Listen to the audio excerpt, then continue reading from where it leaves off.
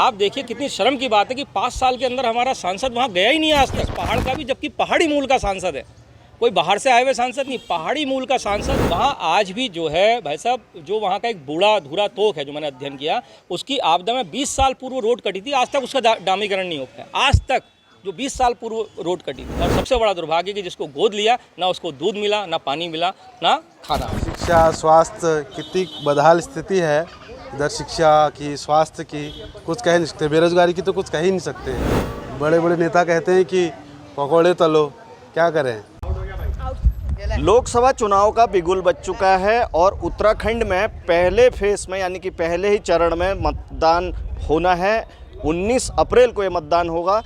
जनता के पास क्या क्या ऐसे मुद्दे हैं कि किन मुद्दों को लेकर वो इस बार वोट करेंगे। एक पार्क में हम यहाँ पर मौजूद हैं, बहुत सारे लोग यहाँ पर बैठे हुए हैं, उनसे बात करेंगे कि क्या मुद्दे उनके दिमाग में चल रहे हैं, किन मुद्दों को लेकर इस बार लोग वोट करने जाने वाले हैं।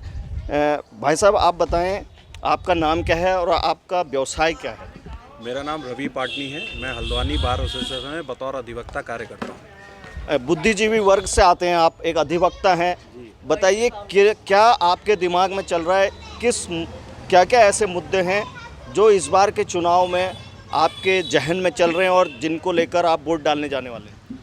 मेरा ये मानना है कि शुरू से ही मुद्दे रोटी, कपड़ा और मकान पे ही केंद्रित रहे हैं, मगर इसके बावजूद बहुत सी ऐसी समस्याएं हमारे उत्तराखंड के अंदर जो हैं वो पनप रही हैं, जिसमें मेन मुद्दा जो है मेरे हिसाब से लगता है वो पलायन का है और बेरोज़गारी का है।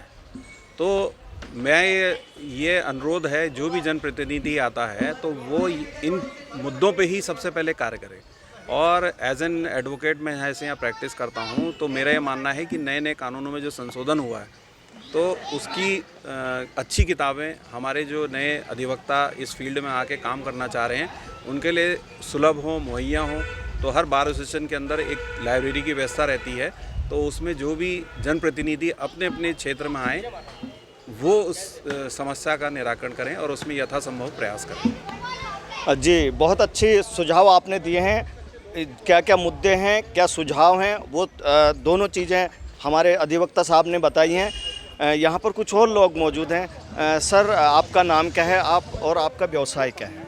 मेरा नाम सौरभ भट्ट है और मेरा अपना मेडिकल का कारोबार है और प्रिंटिंग प्रेस भी है। जी सौरभ भाई, ये बताएं कि जिस तरह से हालात चल रहे हैं, 10 साल केंद्र सरकार को हो चुके हैं और इस बार क्या ऐसे मुद्दे आपके जहन में हैं जिनको लेकर आप वोट डालने जाने वाले हैं इस बार? देखिए, केंद्र सरकार की आपने बात करी है तो हमारे जो माननीय प्रधानमंत्री हैं इस देश के, माननीय मोदी जी, उनके द्वारा प्रत्येक सांसद को गांव गोद लेने के लिए कहा गया था। और हम अगर अपने पहाड़ की आज बात करें तो हमारे पहाड़ की हालत, आप लोग क्योंकि खुद पहाड़ से जुड़े हुए साथी बंधु हैं, तो आप देखते हैं पहाड़ों की आज जैसी हालत पहले थी, ऐसा नहीं कि बिल्कुल सुधार नहीं हुआ, कुछ सुधार हुआ, लेकिन जो मूलभूत समस्याएं वहाँ की थी वो जस की तस दिखाई देती है। जैसे अगर मैं जो माननीय सांसद वर्तमान के जो अजय भट्ट जी हैं, जिनको आज पुनः भारतीय जनता पार्टी ने 5 साल बाद विश्वास जताते हुए पुनः जो है उनको टिकट दिया सांसद का, तो उनका जो गांव उनके द्वारा गोद लिया गया, जंगलिया गांव, अगर मैं उसी की बात करूं, मैंने उसका अध्ययन किया पूरा। आप देखिए कितनी शर्म की बात है कि 5 साल के अंदर हमारा सांसद वहाँ गया ही नहीं है आज तक। ये कितना बड़ा दुर्भाग्य देखिए इस पहाड़ का भी, जबकि पहाड़ी मूल का सांसद है, कोई बाहर से आए हुए सांसद नहीं, पहाड़ी मूल का सांसद, पहाड़ी गाँव को गोद जिसको लिया है। और गोद लेना मतलब कितना अच्छा शब्द है, गोद।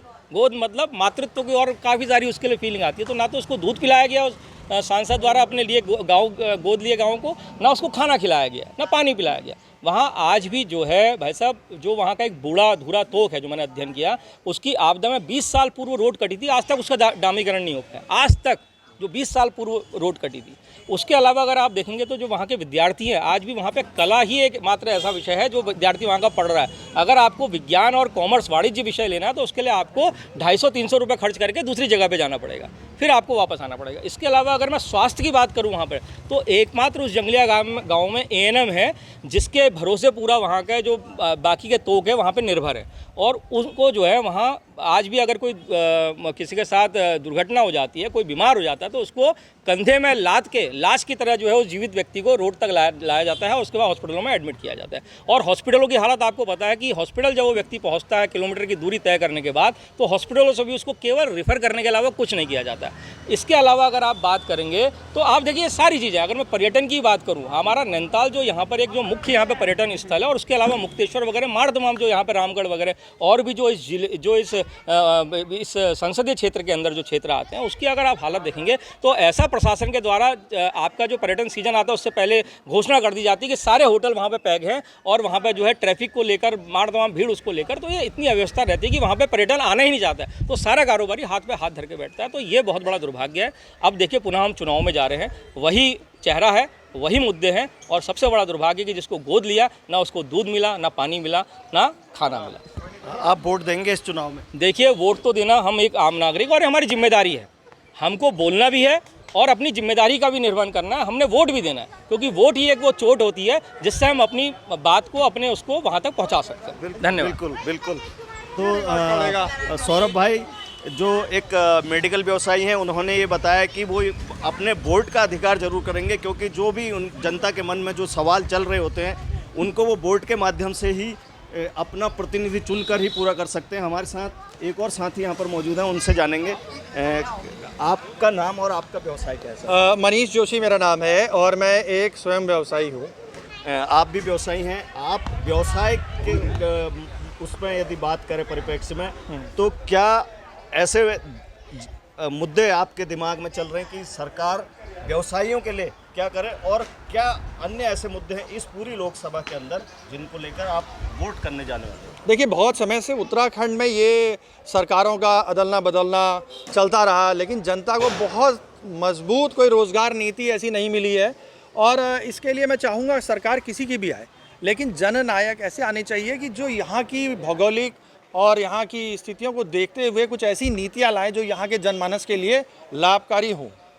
और जिसमें विशेष तौर से मैं कहूँगा शिक्षा नीति बहुत सख्त ज़रूरत है, क्योंकि भौगोलिक परिस्थितियों में हमारे विद्यार्थियों को बहुत कष्ट होता है, चीज़ें मिलती नहीं हैं, कठोर परिश्रम के बाद भी उन्हें बड़े शहरों की ओर आना पड़ता है। और रही बात रोज़गार की, तो रोज़गार में यह है कि जो प्राचीन समय से यहाँ पर फैक्ट्रियाँ चली आ रही थी वो बंद हो गई हैं, कुछ नया विकास ऐसा बन नहीं पा रहा है, सरकारों की अदला बदली ही देखने को मिल रही है, जनता के नेताओं के चेहरे बदल रहे हैं। अब की बार जो भी सरकार आए वो यहाँ की परिस्थितियों को देखते हुए केवल रोज़गार को फोकस करे, और यहाँ पर्यटन जो है उसमें आध्यात्मिक पर्यटन के साथ साथ शिक्षा जो एक बहुत बड़े रोज़गार की स्वरूप बन सकती है, जैसे पूना है, पूना को शिक्षा का एक हब बनाया गया, वैसे ही यहाँ पर भी बनाया जा सकता है, बशर्ते कि वो नेताओं की सोच में शामिल हो। आईटी के बहुत बड़ा जो रोज़गार करने वाले युवा हैं वो लोग इस प्रदेश से निकल के अन्य प्रदेशों में और विदेशों में तक अपनी धाक जमा चुके हैं। मैं चाहूँगा नेताजी लोग इस पर विचार करें। आईटी हब यहाँ की सख्त ज़रूरत है, युवाओं का एक पैशन भी है आईटी और जाने का, तो यहाँ के लिए आईटी हब होना बहुत ज़रूरी है। बहुत धन्यवाद। और लोग भी यहाँ पर मौजूद हैं, उनसे भी जानेंगे कि चुनाव में क्या मुद्दे उनके दिमाग में हैं, किन मुद्दों को लेकर वो जाने वाले हैं। सबसे पहले अपना नाम बताइए और ये बताइए कि आप इस बार वोट देंगे। मेरा नाम आनंद सिंह बिष्ट है। बिल्कुल इस बार लोकसभा चुनाव में हम ज़रूर वोट देंगे। और जो आप ये बताइए कि क्या मुद्दे ऐसे हैं आपके जहन में जिनको लेकर आप वोट डालने जाने वाले हैं? सर मुद्दे ही मुद्दे हैं, क्या करें। शिक्षा, स्वास्थ्य, कितनी बदहाल स्थिति है इधर, शिक्षा की, स्वास्थ्य की कुछ कह नहीं सकते, बेरोजगारी की तो कुछ कह ही नहीं सकते हैं, क्या ही कहें। बड़े बड़े नेता कहते हैं कि पकौड़े तलो, क्या करें बताइए। और शिक्षा की ऐसी वो हैं दिक्कतें, सब प्राइवेट स्कूलों में बिल्कुल वो चल मारा मारी, सरकारी स्कूल बंद होने के कगार में है, वहाँ पर कोई अच्छी फैसिलिटी नहीं है। अगर ऐसी जैसी फैसिलिटी प्राइवेट स्कूल में ऐसी अगर गवर्नमेंट स्कूल में होती तो सब वहीं पढ़ते। अपने जो लोकसभा है ये नैनीताल उधम सिंह नगर, इसमें क्या ऐसे मुद्दे हैं, बड़े मुद्दे, और जो आपका जो क्षेत्र है वहाँ पर जो बड़े मुद्दे हैं, क्या वो मुद्दे हैं जिनको लेकर आप वोट? और स्वास्थ्य की बहुत बड़ी समस्याएं हैं। मैं तो बेसिकली पहाड़ से आता हूँ, पर वहाँ पर भी स्वास्थ्य की बहुत बड़ी समस्याएं हैं सर। छोटे छोटे अस्पताल हैं वहाँ पर, न अल्ट्रासाउंड न एक्सरे, वहाँ से हल्द्वानी आना पड़ता है यहाँ। वहाँ अगर कोई दिक्कत होती है तो अर्जेंटली उनको यहाँ लाना पड़ता है। और पहाड़ से 5-6 किलोमीटर दूर रहते हैं, रोड से 5 किलोमीटर दूर, तो वहाँ से रोड में लाने की दिक्कत, बहुत सारी समस्याएं हैं सर। तो ये हैं जनता जिन्होंने बताया कि किस तरह से वो इस बार किन किन मुद्दों को लेकर लोकसभा चुनाव में वोट डालेंगे।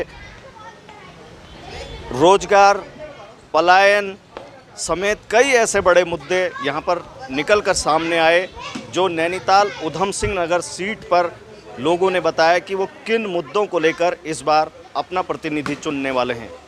हल्द्वानी से तारा जोशी, पंजाब केसरी टीवी।